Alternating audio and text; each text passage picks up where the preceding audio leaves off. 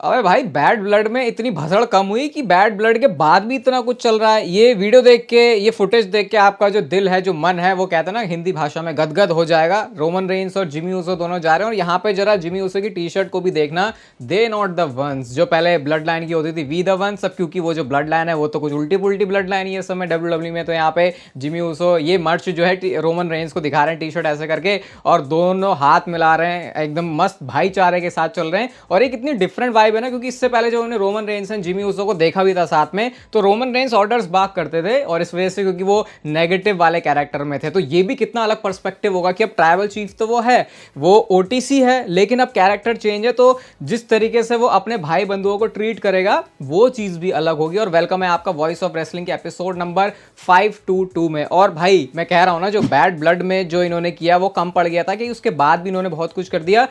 Cody Rhodes के ऊपर Kevin Owens का हील टर्न हो चुका है। ये चीज डब्ल्यूडब्ल्यू ने बैड ब्लड में नहीं, उसके बाद बुक करी। जब अपनी जो बस है कोडी रोड्स वहां पे जाते हैं तो कुछ आर्ग्यूमेंट चल रहा होता है Kevin Owens and Cody Rhodes का, और आर्ग्यूमेंट कुछ इतना बढ़ता है कि केविन ओवेंस ने मारना ही शुरू कर दिया है कोडी रोड्स को। अब आप सोच रहे होगे कि ये क्या हुआ, ये कैसे हुआ, क्यों हुआ भाई, ये चीज डब्ल्यूडब्ल्यू ने बैड ब्लड में क्यों नहीं दिखाई। तो डब्ल्यूडब्ल्यू ने, जितना मुझे समझ में आ रहा है, इस एंगल को बहुत ज्यादा रॉ रखने की कोशिश करी है।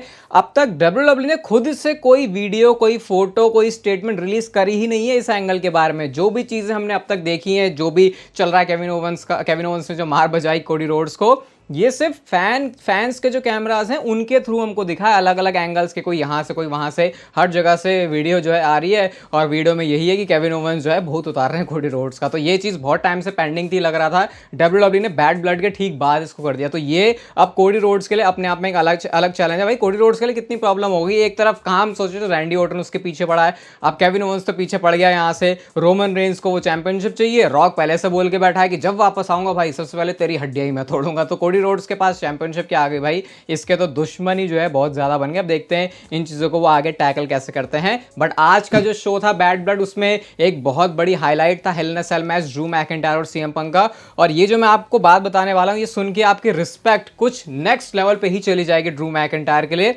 मतलब मैं तो कह ही रहा हूं कि ड्रू मैकिंटायर मुझे इस फ्यूड में जो सीएम पंक के साथ हुई है उसमें बेस्ट लगे, सीएम पंक से भी बढ़िया लगे हैं। कोई क्रेडिट लिया नहीं जा रहा किसी सुपरस्टार से, लेकिन ड्रू मैकिंटायर से ऐसी परफॉर्मेंस जो प्रोमो में, स्टोरी में, मैचेस में उन्होंने किया है वो कुछ एक्सेप्शनल ही है। तो सीन कुछ ऐसा है कि लिटरली जो आपने बहता हुआ देखी है, जो खून देखा है ड्रू मैकिंटायर का, वो उनका असली वाला खून था। और रिपोर्ट ये आई है कि 16 टांके उनको लगे हैं। जब सीएम पंक ने वो टूल बॉक्स ऐसे मारा तो सच में उनका जो है खून बहुत ज्यादा निकल गया था, और वो जो बिल्कुल ड्रिप करते हुए आपको ब्लड नजर आ रहा था, वो ड्रू मैकिंटायर का असली ही खून था। और ड्रू मैकिंटायर ने उसके साथ जो है वो पूरा मैच कैरी किया है। मैंने अपनी किसी एक वीडियो में बोला था कि एक ऐसी बात है जो कि मैं आपको बता नहीं रहा हूँ ड्रू मैकिंटायर और सीएम पंक से रिलेटेड, वो शायद मैं आगे बताऊंगा, क्योंकि अभी भी कुछ तो लग रहा है स्टोरी लाइन की चलेगी। तो वो जब सब पूरा हो जाएगा उसके बाद मैं आपको बताऊंगा, क्योंकि स्टोरी लाइन को वैसे उसी तरीके से एंजॉय करते हैं। और सीएम पंक भी कुछ अपना अलग ही कर रहे हैं। जो ड्रू मैकिंटायर ने बोला था कि शायद तेरी वाइफ भी तुझे छोड़ के चली जाएगी, देखो उस चीज को स्टोरी लाइन में भी दिखा रहे हैं। जैसे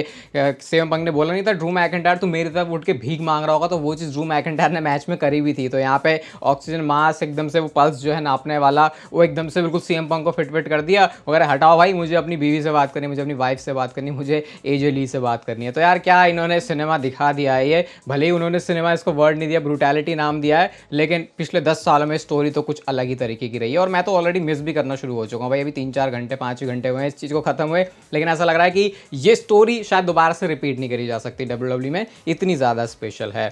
अब जिमी ऊसो, रोमन रेंस ये तो आ चुके हैं, साथ में जे ऊसो वो बंदा है जिसका आना बाकी है। लेकिन जे ऊसो के रिएक्शंस बहुत आ चुके हैं, और ऐसे ऐसे रिएक्शन है आपको यकीन नहीं होगा कि अरे जे ऊसो वहाँ पे बैठ के ये कर रहा था। सबसे पहले तो आपको मैं उनकी इंस्टाग्राम की स्टोरी दिखाता हूँ। बंदे ने रील वही शेयर करी है, डब्ल्यूडब्ल्यू की है, और यहाँ पे शॉकिंग रिएक्शन है उनका कि अरे ये क्या हो गया। और उसके बाद अरीना से ही वीडियो आती है जे ऊसो की, जब वो वहां से बैठ के ईट ईट कर रहे हैं, और जो पूरे मैच के टाइम में नज़ारे हैं जे ऊसो वहीं पे बैठ के ले रहे थे। लेकिन शायद उनकी स्टोरी लाइन में डब्ल्यूडब्ल्यू ने उनके लिए रोल फिगर आउट नहीं किया कि एग्जैक्टली किस तरीके से फिट होंगे, इसलिए वो अभी आए नहीं है। और साथ में जिमी ऊसो की जो रियल लाइफ पार्टनर है उनके साथ भी उन्होंने फोटो शेयर करी है इंटरकॉन्टिनेंटल चैंपियनशिप के साथ। तो जो नज़दीक नज़दीकियाँ हैं धीरे धीरे ओजी ब्लड लाइन की, वो और ज़्यादा मतलब पास आ चुके हैं। जिमी ऊसो रोमन रेंस तो आ ही गए हैं, अब जे ऊसो भी जब आएंगे स्पेशली इस वाले स्टेटस के साथ, अब जितना ज़्यादा वो पॉपुलर हैं, ओवर हो चुके हैं, तो वो इंटरेक्शन देखने में बहुत मज़ा आया। कुल मिला के भाई मैं आपसे कह रहा था कि 2025 साल WWE का सबसे भयंकर साल होगा। शायद आज बैड ब्लड को देख के फिर आपको समझ आ गया होगा कि मैंने ऐसा क्यों बोला था। तो भाई देखो, ना सिर्फ ड्रू मैकिंटायर और सीएम पंक की फ्यूड का फिलहाल के लिए एंड हुआ है, बल्कि वो ब्रेसलेट की भी कहानी आगे बढ़ गई है। वो ब्रेसलेट का मैंने आपको सब कुछ बताया था, विक्टोरिया नाम की लड़की जिसने वो ब्रेसलेट बनाया था,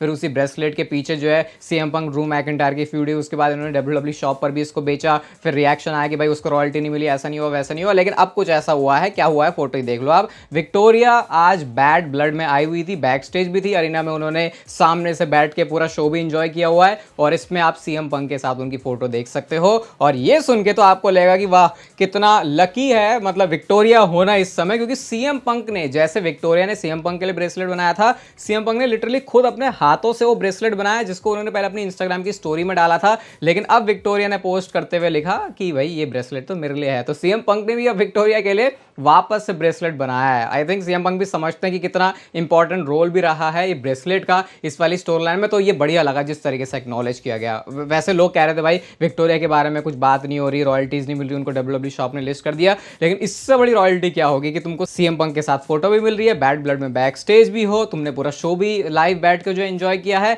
और उसके बाद फिर सीएम पंक के हाथों से बना प्यारा प्यारा ब्रेसलेट भी मिल गया। आज रॉक ने आके सारी चीजें हिला दी हैं, उथल पुथल सब कुछ मचा दिया है, और 30 मिनट का भाई आप अमेजिंग पॉडकास्ट एंजॉय कर सकते हो। इसमें आपके अंदर मन फूटा जा रहा है ना, अभी एक बहुत तगड़ा वाला ट्विस्ट भी मैंने उसमें बताया है, तो वो जाके आप जरूर चेकआउट करना। देखो 30 मिनट आपको मैं कह रहा हूँ ना, अगर हो रहा है ना भाई बहुत कुछ हो गया और अपने मस्ती को आगे बढ़ाना है, मतलब एंजॉय करना है, तो सुनना उसको जरूर जाके। लेकिन WWE ने क्या किया है वो मैं आपको बताता हूँ, और आज शाम को तीसरी वीडियो भी आने वाली है चैनल, वो तो बहुत ही इंपॉर्टेंट है, उसके लिए बिल्कुल चिपके रहना। WWE ने ये वीडियो पोस्ट करी है अपने यूट्यूब अकाउंट पे, ऑब्वियसली हमारे लिए वो बैन रहती है, तो हम उसको ऐसे एक्सेस कर नहीं सकते जब तक VPN ना लगाएं। यहाँ पे WWE ने जो स्टेटमेंट रिलीज करी है उसमें लिखा है, the rock makes an earth shattering return and stairs down Roman Reigns. यहाँ पे एक चीज़ नोटिस करी है फैंस ने, जो कि काफ़ी बिल्कुल देखा जा सकता है यहाँ पे, कि सिर्फ उन्होंने स्टेयर डाउन तो रोमन रेंस के साथ नहीं किया था, कोडी रोड्स के साथ भी किया था, ऐड करना चाहो तो जिमी ऊसो को भी ऐड कर सकते हो, लेकिन शायद WWE यहाँ से जो इंटेंस माहौल है या फिर जो गर्मा गर्मी है वो शायद फोकस कर रही है Roman Reigns and the rock की तरफ, जो कि फिर लोगों को स्पेकुलेट करने में मजबूर करता है कि शायद नेक्स्ट ईयर WWE का प्लान है सिंगल्स मैच के लिए। लेकिन मैं आपको बता रहा हूँ भाई ये इतना ज़्यादा सिंपल नहीं है, इसमें बहुत ज़्यादा कॉम्प्लेक्स चीज़ें हैं, बहुत सारे अलग अलग एंगल स्टोरी लाइन के एक ही स्टोरी लाइन में घुस रहे हैं, इस वजह से रेसलमेनिया में कार्ड क्या होगा उसके बारे में भी कुछ क्लैरिटी नहीं। और बता रहा हूँ कि अभी वीडियो भी आएगी शाम को चैनल पर, तो उसके लिए स्टे ट्यून्ड, वहाँ पे और इसके बारे में अच्छे से बात करेंगे। और गोल्डबर्ग को लेके भी आप लोग सवाल पूछ रहे हो भाई, तो देखो गोल्डबर्ग के बारे में भी अभी मैं एकदम से सारी चीज़ों के ऊपर जंप नहीं करना चाह रहा,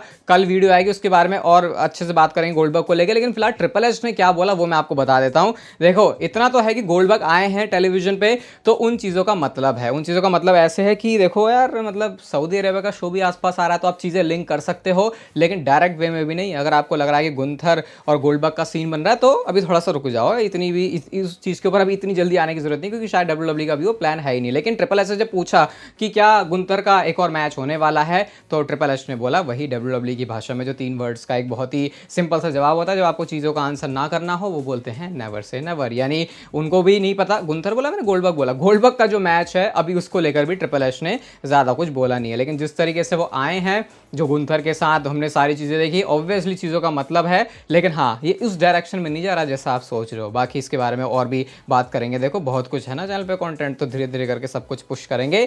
अब रॉक के बारे में बात कर लेते हैं जरा। तो रॉक जैसे ही उन्होंने अपना आज रिटर्न किया, इंस्टाग्राम पे बंदा पूरा लाइव ही आ गया, और भाई यहाँ से इन्होंने ये बता दिया कि मैं सबसे ऊपर हूँ। रोमन रेंस को उन्होंने एक्नॉलेज तो किया था, लेकिन वो कहते हैं कि पिछले 6 महीनों से जो बकलोलियाँ चल रही हैं यहाँ पे, ये सब बकवास है, सब बुरा है। रॉक आ गया है, सब चीज़ें एक बार फिर से कूल हो चुकी हैं, देखो मैं आता हूं तो कैसे सब जो माहौल है वो सेट हो जाता है। इतने चिल वे में बंदा बैक स्टेज जाते जाते अपना जो ट्रक है उसमें बैठ के मस्त तरीके से वहां से जा रहा है, अपनी माना को एंजॉय कर रहा है। कोडी रोड्स के फादर डस्टी रोड्स जो है वो बने हुए होते हैं उसमें, किसमें, वो प्रोडक्शन ट्रक के ऊपर, तो वहां पे वो बोलते हैं कि तुम मेरे हीरो हो, मैं तुम्हारी रिस्पेक्ट करता हूं, लेकिन मैं तेरे बेटे से जो है नफरत करता हूं। बेसिकली उनका कहना यह था कि अब मतलब उन्होंने बोला 3-4-5 मिनट का है पूरा, लेकिन फिर भी उसमें कुछ बोला नहीं है। कहते हैं रॉक के पास बोलने के लिए बहुत कुछ है, लेकिन वो बोलेगा तब जब उसे लगेगा कि उसे बातें बोलनी चाहिए। तो बहुत कुछ मतलब बैड ब्लड में आके यहाँ से जो लग रहा था ना कि रेसलमेनिया की सीजन में यानी रॉयल रंबल के बाद से कुछ चीज़ें पेस पकड़ेंगी, आप कह सकते हो रॉयल रंबल या फिर रेसलमेनिया वाला जो सीजन है वो थोड़ा सा जल्दी आ गया है बैड ब्लड से। और बैड ब्लड को अब तो मैं नेक्स्ट ईयर भी अगर ये हो रहा है तो इस तरीके से बिल्कुल नहीं देखूंगा कि ये टॉप 4 के बाद 5वें नंबर का पेपर व्यू है, क्योंकि जिस तरीके से आज ये बुक किया, सही बताना भाई ऐसी वाइब नहीं है कि यार ये तो कुछ नेक्स्ट लेवल का ही है। इतनी तो एक्सपेक्टेशन नहीं थी जिस हिसाब से WWE ने इस वाले शो में चीजें कर दी। आज रात को शाम को तीसरी वीडियो आ रही है, उसके लिए भी स्टे ट्यून्ड। स्क्रीन पर भी आपको आधे घंटे का पॉडकास्ट दिख रहा होगा मैच रेटिंग का, और उसमें रॉक के एक बहुत बड़े ट्विस्ट की बात करें तो उसको जाकर भी सुन लेना। देखो कंटेंट बनाने की जिम्मेदारी हमारी होती है, अपनी तरफ से जो भी बेस्ट हो सकता है। आज जो है रेड बुल के शॉर्ट्स पे ही जिंदा चल रहा हूं। ये वीडियो आपको अच्छी लगी तो उसे लाइक कर दो, चैनल को सब्सक्राइब कर दो ऐसे और मस्त वीडियोस के लिए, और तब तक के लेते रहो जिंदगी के मजे।